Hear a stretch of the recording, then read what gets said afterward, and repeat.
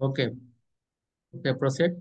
ముందుగా మనందరి గురువైన బ్రహ్మర్షి పితామహ పత్రిజీ సార్కి ఆత్మ ప్రణామాలు తెలియజేసుకుంటూ ఆ, మన మనకు రోజు ఉదయము సాయంత్రము ధ్యానము మన దగ్గర ధ్యానం చేయిస్తూ మనకు ఆ, జ్ఞానాన్ని అందిస్తున్న రాఘవరావు సారు, రాజలక్ష్మి మేడంకి, అలాగే మన జూమ్ నిర్వహిస్తున్న ప్రసన్న మేడం గారికి, ఆ, జూమ్లో ఉన్న ఆత్మ బంధువులందరికీ నా ప్రణామాలు తెలియజేసుకుంటున్నాను. ఆ, మనము ధ్యానంలోకి రాకముందు ధ్యానంలోకి రాకముందు దేహమే నేను అనే భావంతో ఉంటామన్నమాట. అందరూ కూడా అలాగే ఉంటారు.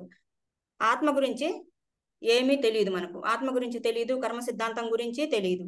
ప్రతి చిన్న విషయానికి కూడా బాధపడుతూ దుఃఖిస్తూ ఇది నా జీవితంలో ఎందుకు ఇలా ఉండాయి అని బాధపడుతూ ఉంటాము.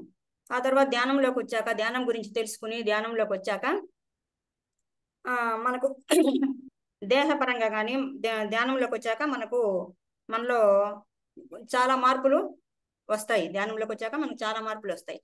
మనము అన్ని ఏ జరిగినా మన మంచికే అని మనం తెలుసుకుంటాము. మన వాస్తవానికి మనమే కర్తలు, ఒకరు రాసింది కాదు, మనం తెచ్చుకునింది అని మనకు అర్థమవుతుంది అన్నమాట. తర్వాత మనం ధ్యానంలోకి వచ్చాక మనలో శారీరకంగా కానీ దేహపరంగా కానీ ఆరోగ్యపరంగా కానీ చాలా మార్పులు మనకు వస్తాయి. ఏది జరిగినా మన మంచికే అనే భావనతో ఉంటాము. మనము తెలిసి కానీ తెలియక కానీ కొన్ని తప్పులు పాపాలు చేస్తాము. అదేవిధంగా మనం ఎన్నో జంతువుల్ని చంపి, కోళ్ళని కానీ మేకల్ని కానీ చంపి తింటాము. ఈ విధంగా మనకు చాలా కొన్ని పాపాలు చేసి ఉంటాము. తెలిసి తెలియక ఎవరినో ఒకరిని బాధ పెట్టి ఉంటాము. వీటన్నిటికీ, ఈ చేసిన తప్పులన్నిటికీ మనం పరిహారం చెల్లించుకోవాల్సిందే. ఈ తప్పులన్నిటికీ మనం పరిహారం తప్పకుండా చెల్లించుకోవాలి. ఈరోజు నేను తీసుకున్న టాపిక్ పాపము, పశ్చాత్తాపము,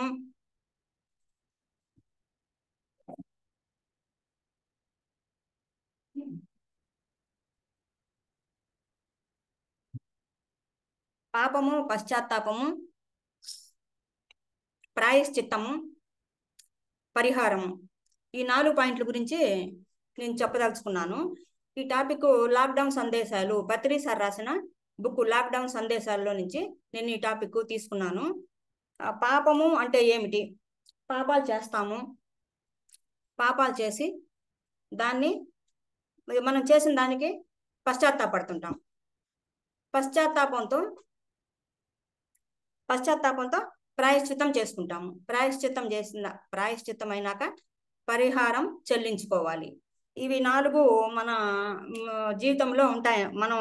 మనం పాటిస్తూ ఉంటాం. ఆటోమేటిక్గా మనకు తెలియకుండానే ఇవన్నీ జరిగిపోతూ ఉంటాయన్నమాట. ఇప్పుడు పాపం అంటే ఏమిటి? పాపం అంటే మనకు తెలిసి ఒక విషయం, ఒక తప్పు మనకు తెలుసు, ఈ పని చేస్తే మనకు మంచిది కాదు, తప్పు అని తెలుసు, తెలిసి కూడా మనం ఆ తప్పులు చేస్తూ ఉంటాం అనమాట. ఇది పాపము.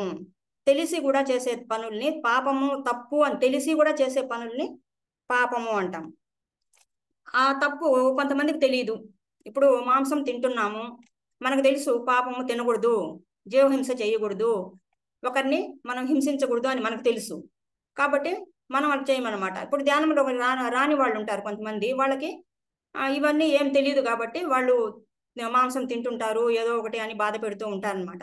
కానీ వాళ్ళకి తప్పు ఉండదా అంటే ఉంటుంది, పరిహారం ఉంటుంది. కానీ కొంచెం తక్కువ పాడలో ఉంటుంది అనమాట. వాళ్ళకి ఆ శిక్ష అనేది కొంచెం తక్కువ పాడలో ఉంటుంది. ఏ తప్పు చేసినా, తెలియక చేసినా, తెలిసి చేసినా శిక్ష మాత్రం తప్పదు. కాకపోతే ఈ శిక్షల్లో కొంచెం తేడాలు ఉంటాయన్నమాట. తెలియకుండా చేస్తే అది అజ్ఞానం వల్ల చేశారు అంటారు. తెలియకుండా చేస్తే అజ్ఞానం వల్ల. దీనికి కొంచెం శిక్ష కొంచెం తక్కువ పాడలో ఉంటుంది. తెలిసి చేస్తే మనం ఎవరికైనా హాని చేసినా, తెలిసి చేసినా తెలియక చేసినా కూడా, మనం ఎవరికైనా హాని చేసినా, హాని తలపెట్టినా, వాళ్ళని బాధ పెట్టినా అదే బాధ మనం తిరిగి అనుభవించి తీరాలి. అంటే ఏ పాపం, ఎంత పాపం, ఏ పాపం చేసినా దాని మూల్యం తప్పకుండా మనం చెల్లించుకోవాల్సిందే. మనం ఒకరికి హాని చేస్తే తిరిగి మనకు అది ఆ హాని వస్తుందన్నమాట. కానీ మనం హాని చేసిన వాళ్ళ ద్వారానే రావాలని ఏం లేదు. ఎవరో ఒకరి ద్వారా ఆ బాధ మనం అనుభవించి తీరుతాము. ఇదే విధంగా పుణ్యం కూడా అన్నమాట. మనం ఎంత పుణ్యం చేస్తే అంత ఫలితం ఉంటుంది. కంపల్సరీ మనకు ఆ పుణ్యం కూడా వచ్చి తీరుతుంది అనమాట. ఆ పుణ్య ఫలితం కూడా మనకు వస్తుంది. ఏదో సమయంలో మనం పుణ్యం కూడా అంతే, మనం ఎవరికి చేస్తామో వాళ్ళ ద్వారానే మనకు పుణ్యం రావాలని ఏం లేదనమాట. ఎవరి ద్వారానో మనకు అవసరమైనప్పుడు తప్పకుండా ఆ సహాయం మనకు ఎవరో ఒకరి ద్వారా మనకు ఆ ఫలితం అనేది అంది తీరుతుంది. పుణ్యం పాపాలు చేస్తే రోగాల రూపంలో వస్తాయి. పాపాలు చేస్తే రోగాల రూపంలో వస్తాయి. పుణ్యం చేస్తే భోగాల రూపంలో వస్తుందన్నమాట. చిన్న చిన్న పాపాలకు చిన్న చిన్న పరిహారాలు, పెద్ద పెద్ద పాపాలకు పెద్ద పెద్ద పరిహారాలు మనం చెల్లించుకోవాల్సి వస్తుంది. కానీ పరిహారం మాత్రం కంపల్సరీ తప్పకుండా చెల్లించుకోవాలి. ఏ పాపం చేసినా మనం పరిహారం చెల్లించుకోవాల్సిందే. ఈ పాపానికి పరిహారానికి మధ్యలో రెండు ఉన్నాయన్నమాట: పశ్చాత్తాపం, ప్రాయశ్చిత్తం. ఇవి పశ్చాత్తాపం, పాపం చేసేస్తాము. పాపం చేసినాక కొంతమంది అయ్యో ఎందుకు చేశాము, మరి వాళ్ళని ఎందుకు ఈ విధంగా అన్నాం, మనం ఎందుకు ఈ విధంగా పాపాలు చేయాల్సి వచ్చింది, చేయకుండా ఉంటే బాగుండేదేమో, కోపంలో బాధలో చేసేసాము అని పశ్చాత్తాపడతారు. ఈ విధంగా బాధపడతారు అనమాట. ఆ బాధపడేదాన్ని పశ్చాత్తాపం అంటారు. వీరు చెల్లించుకోవాల్సిన పరిహారంలో ఈ పశ్చాత్తాపం వలన కొంత తగ్గుతుంది. మనం చెల్లించాల్సిన పరిహారం ఈ పశ్చాత్తాపం పడిన దాని వల్ల కొంత తగ్గుతుంది. పశ్చాత్తాపం అంటే మన పెద్దవాళ్ళు కూడా చెప్తా ఉంటారు, పశ్చాత్తాపానికి మించిన పరిహారం లేదు అని చెప్తూ ఉంటారు అనమాట పెద్దవాళ్ళు కూడా. అట్లా కొంతమంది ఉంటారు, పశ్చాత్తాపం అనేది అసలు ఉండదు అనమాట. వాడు చేసిన దానికి నేను చేశాను, సరిపోయింది అని కొంచెం కూడా వీళ్ళకి దుఃఖపడడం అనే ప్రశ్నే ఉండదు. వాళ్ళకి దుఃఖపడడం ప్రశ్న అనేది ఉండదన్నమాట. వీరు తప్పనిసరిగా చేసిన తప్పులకి పరిహారం చెల్లించుకోవాల్సిందే. అదే బాధలో చేశాను, కోపంలో చేశాను, అలా చేయకుండా ఉండాల్సింది అనే దాని గురించి అనేదే పశ్చాత్తాపం. ఈ కొంతమంది పాపం చేసిన తర్వాత ఈ పశ్చాత్తాపం తర్వాత ప్రాయశ్చిత్తం చేసుకుంటారు. పశ్చాత్తాపం అయిన తర్వాత ప్రాయశ్చిత్తం అంటే మన చిత్తాన్ని మనం శుద్ధి చేసుకోవడము. నీ చిత్తాన్ని నువ్వే శుద్ధి చేసుకోవడం, మన మనసుని మనమే శుద్ధి చేసుకుంటాం అనమాట. మనకు మనమే శిక్ష వేసుకోవడం. తప్పు చేశాడు, వాడికి వాడే శిక్ష విధించుకుంటాడు.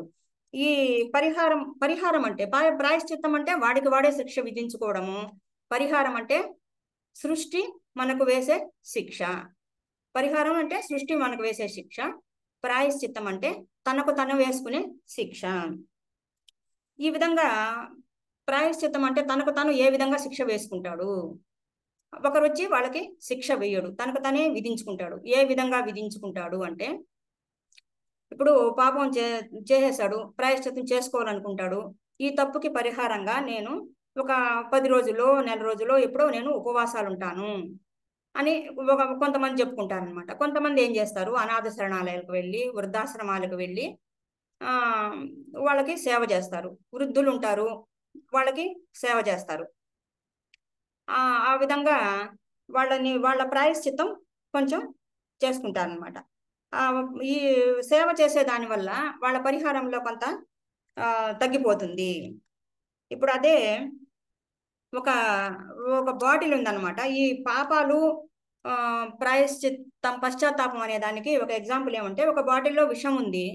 ఆ బాటిల్ విషము అని తెలియకుండా తాగేస్తాడు ఒకతను. విషం ఏదో నీళ్ళు అనుకుని ఏదో తాగేస్తాడు. తాగేసినప్పుడు అది విషమే కాబట్టి ప్రాణాన్ని తీస్తుంది, కంపల్సరీ ప్రాణాన్ని కోల్పోతాడు. కానీ ఒకతను ఏం చేస్తాడు, తెలిసి మనం చనిపోవాలి అని తాగుతాడనమాట. ఈ విధంగా తెలియకుండా తాగేశాడు, అజ్ఞానం వల్ల చనిపోయాడు. అతను కావాలని పాపం చేయలేదు, అజ్ఞానం వల్ల తెలియకుండా చనిపోయిన దానివల్ల అతనికి పాపం అనేది, పరిహారం అనేది కొంచెం తక్కువ పాళ్ళలో ఉంటుంది. ఈ ఆత్మహత్య చేసుకున్నాడు, తెలిసి చనిపోవాలని తెలిసి తాగుతాడు ఇంకొకడు. అప్పుడు వాడికి పూర్తి పరిహారం చెల్లించుకోవాల్సిందే. ఈ విధంగా ఉంటాయన్నమాట సృష్టి సిద్ధాంతాలు. ఇప్పుడు మనం రోజు కూడా పేపర్లలో చూస్తూ ఉంటాం, ఎంతోమంది పిల్లలకి విషం ఇచ్చి అప్పుల వల్లనో ఆర్థిక ఇబ్బందుల వల్ల ఇంకా అదే అవమానం జరిగిందని ఏదో రకరకాల కారణాల వల్ల పిల్లలకి విషం ఇచ్చి తల్లిదండ్రులు కూడా విషం తీసుకుంటా ఉంటారు చనిపోవాలని. అవి ఇంకా ఘోరమైన పాపాలు. వీటికి ఇంకా ఘోరమైన పరిహారాలు తప్పనిసరిగా చెల్లించుకోవాల్సిందే. ఇప్పుడు మనం ఎన్ని పాపాలు చేస్తే అన్ని రోగాలు వస్తాయి, ఎన్ని పుణ్యాలు చేస్తే అంత భోగాలు వస్తాయి అన్నమాట. పాపాలు చేసిన దానివల్ల రోగాలు, పాపాలు చేసిన దానివల్ల రోగాలు, పుణ్యాలు చేసిన దానివల్ల భోగాలు మనకు వస్తాయి. ఇక్కడ ఈ పరిహారము అనేది వ్యక్తిగతం కాదు, ఎవరికి వారు విధించుకునేది కాదు. పరిహారం అనేది వ్యక్తిగతం కాదు, ఇది కర్మగతము. ఎంత పాపం చేస్తే అంత అనుభవించి తీరాల్సిందే. ఇప్పుడు ఒకడు ఎవరో కాలో చెయ్యో వించేస్తాడు, ఇక్కడ మనకు ఒక ఆప్షన్ ఉందన్నమాట ఇది. ఇప్పుడు ఎవరో ఒకడు కాలు చెయ్యో తీసేస్తాడు, వాడు ఏం చేస్తాడు, కొద్ది రోజులు హ్యాపీగానే ఉంటాడు. తర్వాత చనిపోయినప్పుడు పైకి వెళ్ళినప్పుడు పైలోకాల్లో మనకు కౌన్సిలింగ్ పాయింట్ ఉంటుంది అనమాట. పైలోకాల్లో అందరూ నీతిగా నిజాయితీగానే ఉంటారు. పైలోకాల్లో ఉన్నప్పుడు అతనికి అప్పుడు బాధ తెలుస్తుంది, అయ్యో మనం పలాని వాడి కాలు వించేసిన దానివల్ల మనం మళ్ళీ దానికి పరిహారం చెల్లించుకోవాలి కదా అని మన మామూలుగా ఏం చేస్తారంటే, నేను వాడి కాలు వించేశాను కదా, నేను కూడా ఏదో ఒక యాక్సిడెంట్లోనో ఏదో ఒక విధంగా నా కాలు కూడా నేను విరగొట్టుకునేటట్లు చేసుకుంటాను అని వాడు జన్మ తీసుకొని వస్తాడనమాట. అదే కొంచెం ధ్యానం చేసి జ్ఞానం సంపాదించుకొని కొంచెం తెలివైన వాడు ఏం చేస్తాడంటే, నేను డాక్టర్ చదివి కట్లు కట్టేట్టుగా, అంటే ఆర్థోపెడిక్ డాక్టర్, అందరికీ బాగు చేస్తాను, అందరికీ కట్లు కట్టి ఇప్పుడు కాలు విరగొట్టుకుంటే వీడి వరకు పరిహారం అయిపోతుంది. అదే డాక్టర్ అయ్యి నేను ఎంతో వందల వేల మందికి కాళ్ళు బాగు చేస్తాను కదా అని ఆ విధంగా జన్మ తీసుకొని వస్తాడు అనమాట. తెలివైన వాడు ఆ విధంగా ఆలోచిస్తాడు, తెలివి లేనివాడు నేను కాలు విరగొట్టుకుంటాను అని జన్మ తీసుకొని వస్తాడనమాట. ఈ విధంగా ఉంటుంది కర్మ సిద్ధాంతం. అంటే పాపాలు, పరిహారాలు, ప్రాయశ్చిత్తాలు అనేది ఈ విధంగా పైలోకాల్లో కూడా ఈ విధంగా అమలు జరుగుతాయి అన్నమాట. ఇప్పుడు ఒకడు ఏదో ఒక దీనికి ఎగ్జాంపుల్స్ గా వచ్చి మనకు ప్రాయశ్చిత్తము అనే దానికి ఒక ఏదో మర్డర్ చేసేసి ఒకడు జైలుకి వెళ్తాడు. మర్డర్ చేసి జైలుకి వెళ్ళినప్పుడు వాడికి ఒక 14 సంవత్సరాలు శిక్ష వేస్తారు. 14 సంవత్సరాలు శిక్ష వేస్తారనమాట. అప్పుడు వాడు ఏం చేస్తాడు, అక్కడికి వెళ్ళినాక అతను పరివర్తనలో మార్పు తెచ్చుకొని వాడు అక్కడ ఉండే ఖైదీలకి అందరికీ సేవ చేయడము, మంచి పనులు చేయడము, సత్ప్రవర్తన కలిగి ఉంటాడనమాట. సత్ప్రవర్తన కలిగి ఉన్నప్పుడు అప్పుడు వాళ్ళ అధికారులు వాళ్ళంతా చూస్తారు, అబ్బా పర్వాలేదు, వీడు బాగుండాడు, వీడు మంచిగా మారాడు, వీడు సత్ప్రవర్తన కలిగి ఉండాడు అనేసి వాళ్ళు ఏం చేస్తారంటే, ఏదో ఒక రిపబ్లిక్ డే కానీ ఇండిపెండెన్స్ డే కానీ సత్ప్రవర్తన దాని మీద ఒక శిక్ష తగ్గించి వాడిని విడుదల చేస్తారనమాట. ఒక 5 సంవత్సరాలు 6 సంవత్సరాలు శిక్ష తగ్గించి విడుదల చేస్తారు. అది ప్రాయశ్చిత్తం అనేది. మనం పాపం చేసినా కూడా మనం ప్రాయశ్చిత్తం అనేది ఆ విధంగా జరుగుతాయన్నమాట.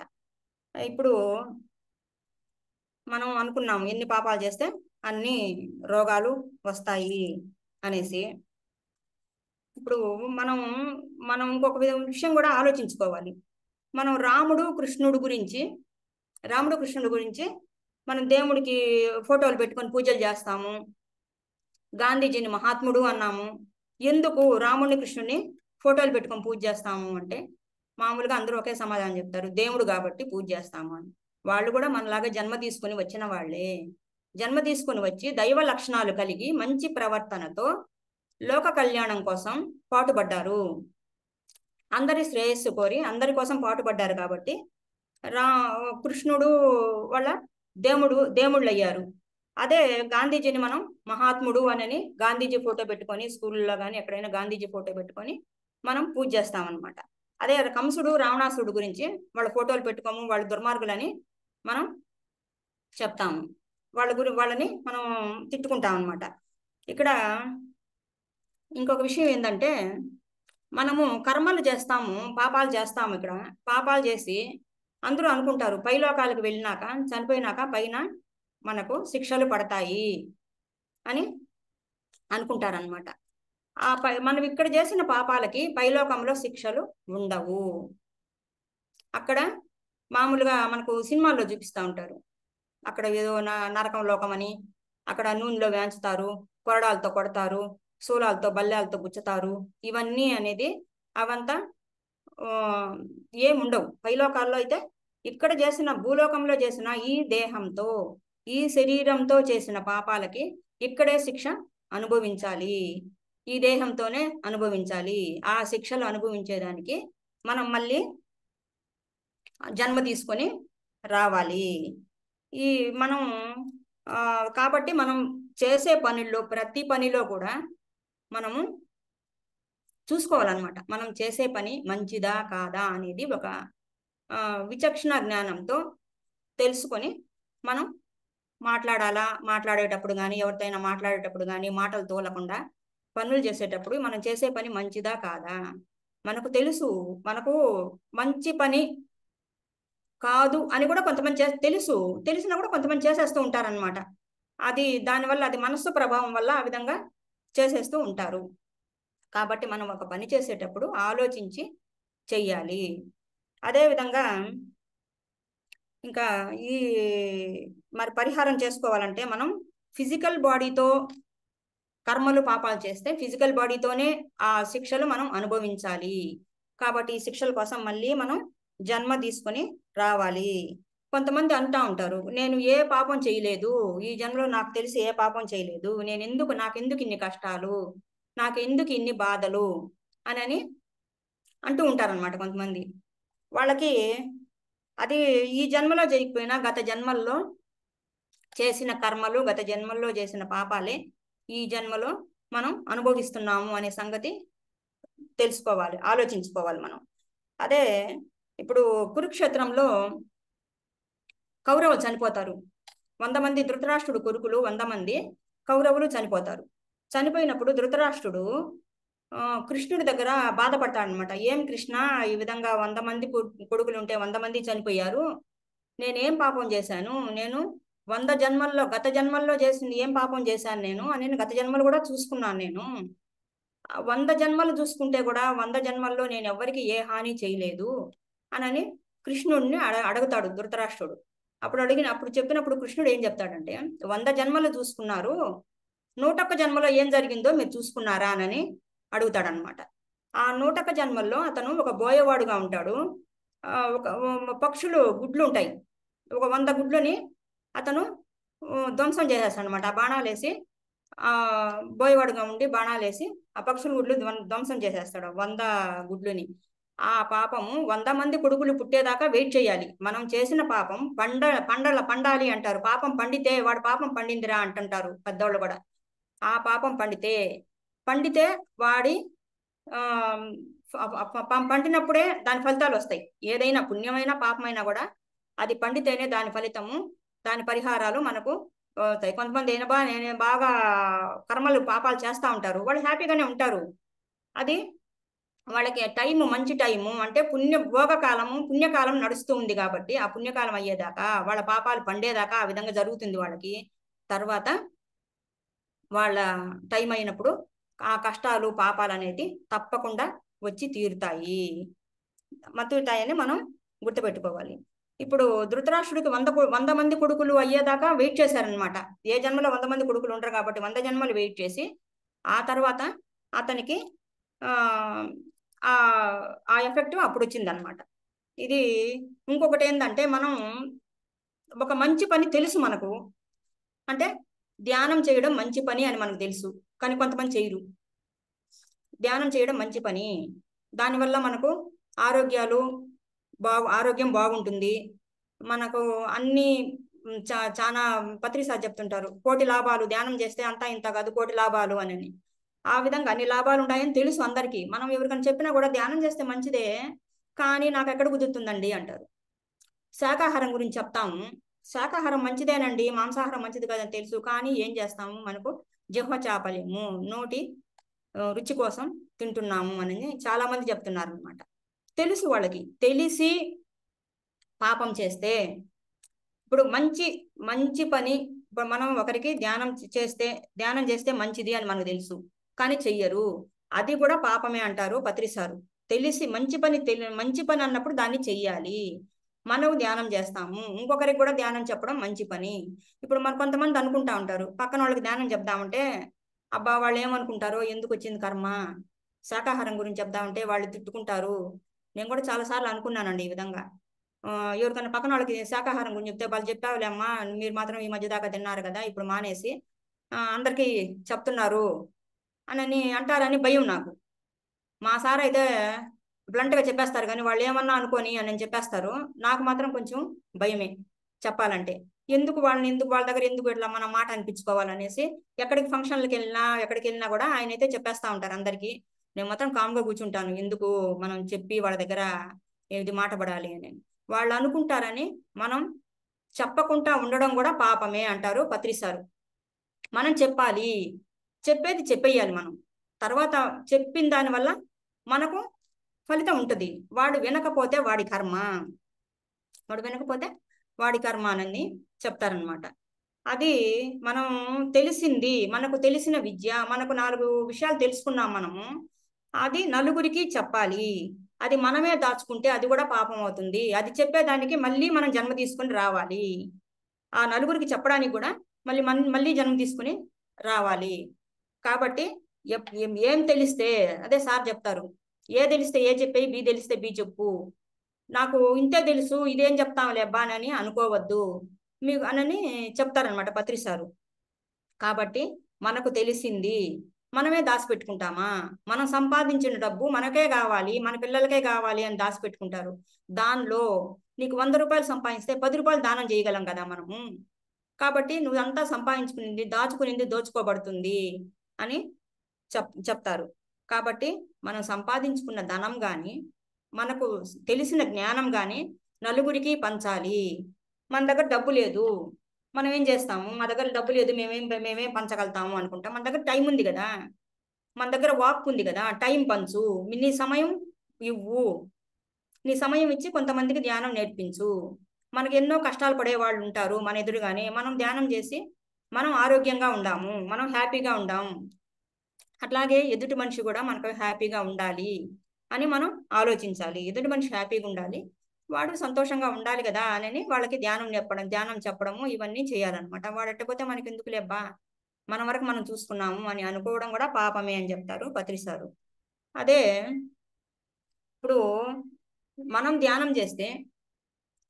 ఒక్కరే ధ్యానం చేస్తే, నీవు ధ్యానం చేస్తే అరిహంతో అవుతావు. ఎదుటివాడికి పక్కవాడికి ధ్యానం చెప్తే బోధిసత్వుడు అవుతావు. అదే ప్రపంచమంతా తిరిగి ధ్యానం చెప్తే బుద్ధుడు అవుతావు. అరిహంతు అంటే మనం వరకే చేస్తే అరిహంతు అవుతావు. అరిహంతు అంటే మనకు శత్రువుల్ని నాశనం చేసేవాడు, అంతమందించేవాడు. మన శత్రువుల్ని అంతమందించేవాడు. మన శత్రువులు ఎవరో ఉంటారో వాళ్ళని చంపేయమని కాదు అక్కడ మనం ఆలోచించాల్సింది. మన శత్రువులు అర్షడ్ వర్గాలు, మన కామ క్రోధ లోభ మోహ మద మాత్సర్యాలు అని మన శత్రువులు. ఆ శత్రువుల్ని జయించిన వాడే, ఆ శత్రువుల్ని అదుపులో పెట్టుకున్న వాడే అరిహంతు. కాబట్టి మనం ధ్యానం చేస్తే మన అరిషడ్ వర్గాలన్నీ, మన కామ క్రోధ లోభ మోహ మద మాత్సర్యాలన్నీ మన అదుపులో ఉంటాయి. మనకు ఏం కావాలి ఏం వద్దు అని మనకు తెలుస్తుంది. ఇవన్నీ ఎట్లొస్తాయి అంటే ధ్యానం చేస్తే తప్ప, శ్వాస మీద ధ్యాస పెట్టి ధ్యానం చేస్తే తప్ప ఇవన్నీ మనకు రావు. కాబట్టి మనం ఈ విషయం కూడా మనం ఆలోచించుకోవాలి. మనం కొందరికి ధ్యానం చెప్తే బోధిసత్వుడు, పక్క వాళ్ళకి ధ్యానం చెప్తే బోధిసత్వుడు అవుతాము. అంటే ఒకరిద్దరికి ధ్యానం చెప్తే, అంటే బోధిసత్వుడు అంటే అది ఒక పేరు, రాజు పేరు. కానీ మనం ఇక్కడ అనుకోవాల్సింది బుద్ధుడు లక్షణాలు కలిగిన వాడు బోధిసత్వుడు అని చెప్తారనమాట. ఆ లక్షణాలు మనకు అలవడతాయి. అదే ప్రపంచమంతా తిరిగి ధ్యానం చెప్తే మనకు వీలైనంత పరిధిలో, మన పరిధిలో మన చుట్టుపక్కల పల్లెల్లో కానీ మనకు తెలిసిన వాళ్ళు చాలా మందే ఉంటారు. వాళ్ళకి ధ్యానం చెప్పితే బుద్ధుడు అవుతాము. మనం బుద్ధుడిగా ఎదిగే వరకు మన జన్మలు తీసుకోవాల్సిందే. బుద్ధుడు అలాగా అయ్యేంత వరకు జన్మ తీసుకోలేవలసిందే. బుద్ధుడు లాగా మనం తయారవ్వాల్సిందే. బుద్ధుడి లక్షణాలు మనము, అంటే బుద్ధుడు అని పేరు పెట్టుకోవడం కాదండి, బుద్ధుడి లక్షణాలు మనకు అలవడాలి. బుద్ధుడి లక్షణాలు అంటే ప్రేమ, కరుణ మన సహజ గుణం అవ్వాలి. ఎవరిని ద్వేషించే విధంగా మనం ఉండకూడదు. ఎదుటి మనిషిలో లోపాలు మనం చూడకూడదు అనేది మన బుద్ధుడి లక్షణాలు అనమాట. ఎదుటి మనిషిలో 99 లోపాలున్నా ఒక మంచి గుణం ఉంటుంది కదా. 99 లోపాలని దోషాలని ఎత్తి చూడకూడదు. ఆ ఒక్క మంచి లక్షణం చూడండి అనేది బుద్ధుడి సిద్ధాంతం అనమాట. ఆ బుద్ధుడి లాగా మనం తయారవ్వాలి. బుద్ధుడి లక్షణాలు మనం అలవర్చుకోవాలి. ఇప్పుడు మనకు తెలుసు ధ్యానం చేస్తే ఏమొస్తుంది అనేది మనకు తెలుసు. భగవద్గీతలో శ్రీకృష్ణ పరమాత్ముడే చెప్పున్నాడు అనమాట. పూజ కోటి సమం స్తోత్రం, స్తోత్ర కోటి సమో జపం, జపకోటి సమం ధ్యానం, ధ్యాన కోటి సమోలయ. అంటే కోటి పూజలు చేస్తే ఒక స్తోత్రం చదివినట్టు, స్తోత్రం చదివినట్టుగా మనకు దాని ఫలితము, కోటి పూజలు చేస్తే ఒక స్తోత్రం చదివిన ఫలితం వస్తుంది. స్తోత్ర కోటి సమో జప అంటే కోటి స్తోత్రాలు చదివితే ఒక జపం చేసినట్టు. జపాలు చేస్తారు కదా, ఆ విధంగా ఒక జపం చేస్తే, కోటి స్తోత్రాలు చదివితే ఒక జపం చేసినట్టు. జపకోటి సమం ధ్యానం, కోటి జపాలు చేస్తే ఒక ధ్యానం చేసినట్టు. ధ్యాన కోటి సమోలయ అంటే కోటి ధ్యానాలు చేస్తే ఒక లయము. ఈ విధంగా ఈ ధ్యానం వల్ల ఇంత ఉపయోగం ఉంది. నువ్వు విగ్రహాల దగ్గరికి వెళ్ళి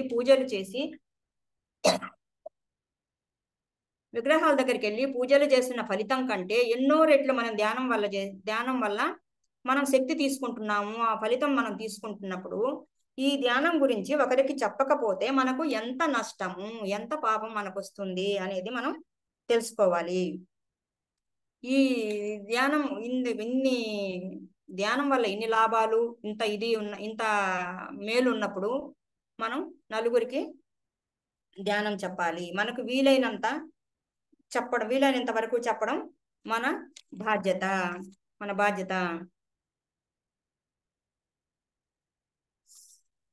ఈ విధంగా నాకు టాపిక్, నేను రెడీ చేసుకున్న టాపిక్ అయిపోయింది. 1/2 అవర్. Okay sir. నాకు అవకాశం ఇచ్చినటువంటి ప్రసన్న మేడంకి, ఎల్ఐ సార్ గారికి నా కృతజ్ఞతలు తెలియజేసుకుంటున్నాను. ఈరోజు కొంచెం స్పీడ్గా త్వరగా ముగిచ్చేసినట్టున్నాను క్లాసు. ఈసారి ఇంకొక 10 నిమిషాలు ఎక్స్ట్రా తీసుకొని చెప్తాను. Okay sir.